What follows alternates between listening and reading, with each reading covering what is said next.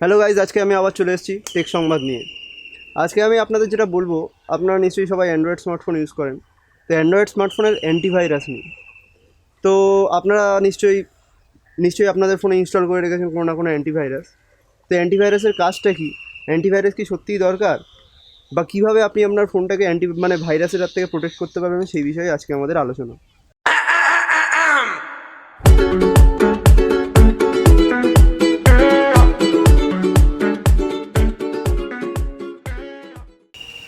তো প্রথমেই যেটা বলার, অ্যান্ড্রয়েড যে স্মার্টফোন আপনারা ইউজ করছেন তাতে কোনো দিন ভাইরাস ঢোকার চান্স নেই, যদি আপনারা আপনার সফটওয়্যারগুলোকে প্লে স্টোর থেকে বা কোনো অথরাইজড স্টোর থেকে ডাউনলোড করেন।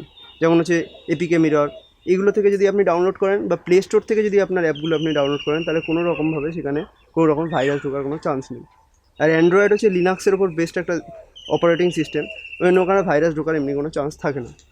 কিন্তু যদি আপনি কোনো থার্ড পার্টি ওয়েবসাইট থেকে কোনো ধরনের অ্যাপ ইনস্টল করেন আর সেখানে কোনো রকমের আনওয়ান্টেড পারমিশন দিয়ে দেন, তাহলে আপনার ফোনের অনেক ক্ষতি হতে পারে।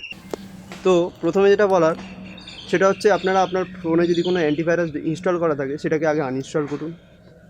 সেকেন্ড কাজ, গুগল ক্রোমে যান, ক্রোমে গিয়ে সেটিংসে যান, ওখানে গিয়ে আপনারা সব রকমের পপ আপগুলো বন্ধ করে দিন। দেখবেন সেটিংসের মধ্যে পপ আপ থাকে, পপ আপগুলোকে সবগুলোকে ডিক্লাইন করুন। কারণ আপনারা ধরুন কোনো আনঅথরাইজড ওয়েবসাইটে অনেক সময় খুলবেন, সেখানে দেখবেন অনেক রকম পপ আপ শো হয়, ফোন অটোমেটিকলি ভাইব্রেট হতে শুরু করে। ফোন ভাইব্রেট হতে হতে হঠাৎ করে দেখায় আপনার phone, your phone is at risk, আপনার ফোন রিস্কে আছে। আরে দাদা, অ্যান্ড্রয়েড স্মার্টফোন লিনাক্সের ওপর বেস্ট, কী করে সেখানে ভাইরাস ঢুকতে পারে? সেখানে অ্যান্টিভাইরাসের দরকার নেই। কিন্তু এই আনঅথরাইজড ওয়েবসাইটগুলোতে খুললে কী হয়, ওখানে ওরা এক রকমের অ্যাপ আপনার ফোনে অটোমেটিক ইনস্টল করে দেয়।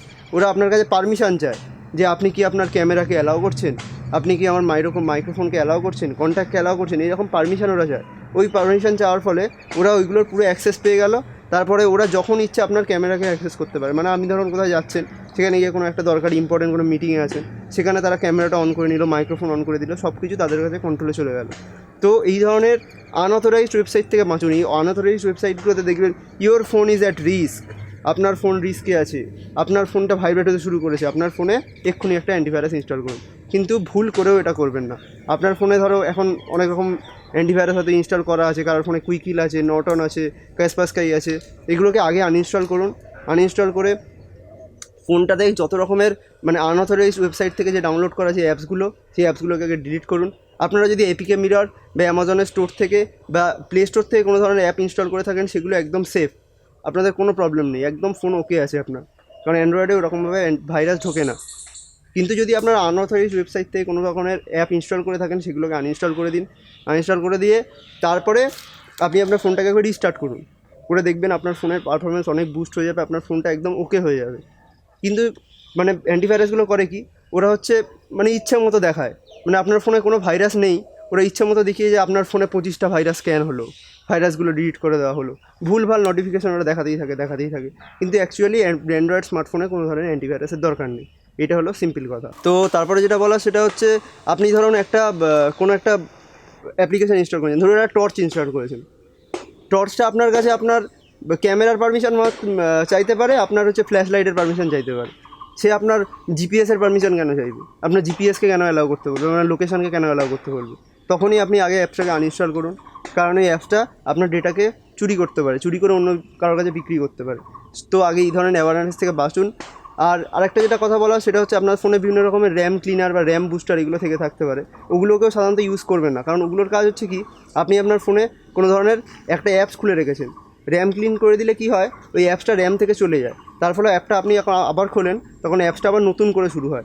বারবার আপনি অফ করছেন, আবার অ্যাপসটাকে চালু করছেন, অফ করছেন, চালু করছেন। তার ফলে কী হচ্ছে, কিসের ওপর চাপ পড়ছে? প্রসেসরের ওপর, তারপরে হচ্ছে ব্যাটারির ওপর, তারপর হচ্ছে মাদারবোর্ডের ওপর, এইগুলোর ওপর বিশালভাবে প্রভাব করে। তার ফলে এই ধরনের বিভিন্ন অ্যাপস থেকে আপনারা বাঁচুন। এই ধরনের হচ্ছে তোমার প্রিন্ট মাস্টার, তারপর হচ্ছে কুইক অ্যান্টিভাইরাস, এই ধরনের কোনো ধরনের অ্যাপস আপনাদের ফোনে দরকার নেই। আর আরেকটা কথা যেটা আজকে আমি আপনাদের ভিডিওতে বলছি না, সেটা হচ্ছে ব্যাটারি নিয়ে। কালকের যে ভিডিওটা আজকে থাকবে, সেটাতে আমি আপনাদের বলবো বিভিন্ন ধরনের ব্যাটারি সেভার নিয়ে, ওগুলো কি আপনার ফোনে সত্যিই দরকার, কীভাবে ওগুলো কাজ করে, সেই নিয়েই কালকের ভিডিওটা বলবো। তো আশা করছি আজকের ভিডিওটা আপনাদের ভালো লেগেছে। যদি ভালো লাগে অবশ্যই লাইক করুন, কমেন্ট করুন, সাবস্ক্রাইব করুন আমাদের চ্যানেলকে, আর নোটিফিকেশান পাওয়ার জন্য বেল আইকনটা অবশ্যই প্রেস করুন। ততক্ষণের জন্য আলবিদা, গুড বাই।